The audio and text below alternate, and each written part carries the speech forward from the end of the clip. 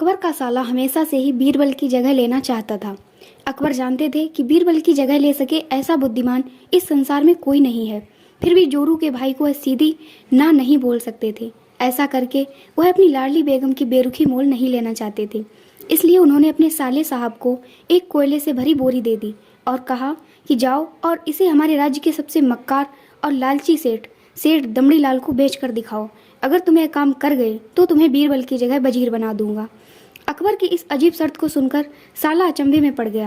वह कोयले की बोरी लेकर चला तो गया, पर उसे पता था कि वह सेठ किसी की बातों में नहीं आने वाला। ऊपर से वह उल्टा उसे ही चूना लगा देगा। हुआ भी यही। सेठ दमड़ी लाल ने कोयले की बोरी के बदले एक ढेला भी देने से इनकार कर दिया।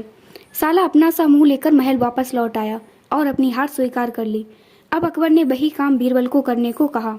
बीरबल को सोचे और फिर बोले कि सेठ दमड़ी लाल जैसे मक्कार और लालची सेठ को एक कोयले की बोरी क्या, मैं सिर्फ एक कोयले का एक टुकड़ा ही 10,000 रुपये में बेच आऊँगा।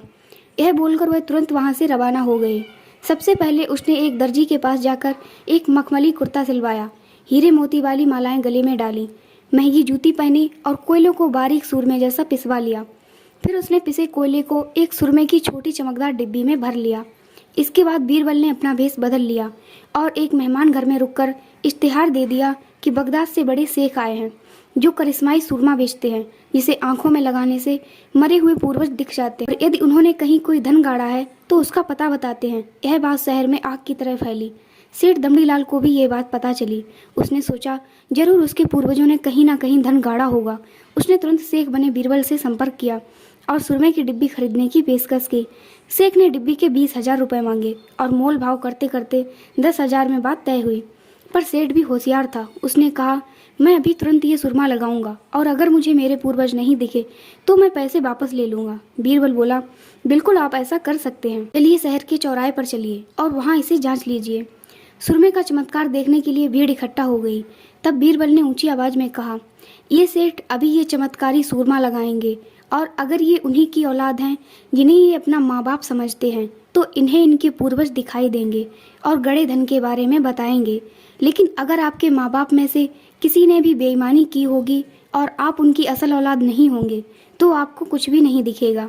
और ऐसा कहते ही बीरबल ने सेठ की आंखों में सूरमा लगा दिया। फिर क्या था, सिर खुजाते हुए सेठ ने आंखें खोली। अब दिखना तो कुछ था नहीं, पर सेठ करे भी तो क्या करे। अपनी इज्जत बचाने के लिए सेठ ने 10,000 बीरबल के हाथ थमा दिए और मुंह फुलाते हुए आगे बढ़ गए। बीरबल फौरन अकबर के पास पहुंचे और रुपए थमाते हुए सारी कहानी सुना दी। अकबर का साला बिना कुछ कहे अपने घर लौट गया और अकबर बीरबल एक दूसरे को देखकर मंद मंद मुस्काने लगी। इस किस्से के बाद फिर कभी अकबर के साले ने बीरबल का स्थान नहीं मांगा। पूरा वीडियो देखने के लिए बहुत बहुत धन्यवाद।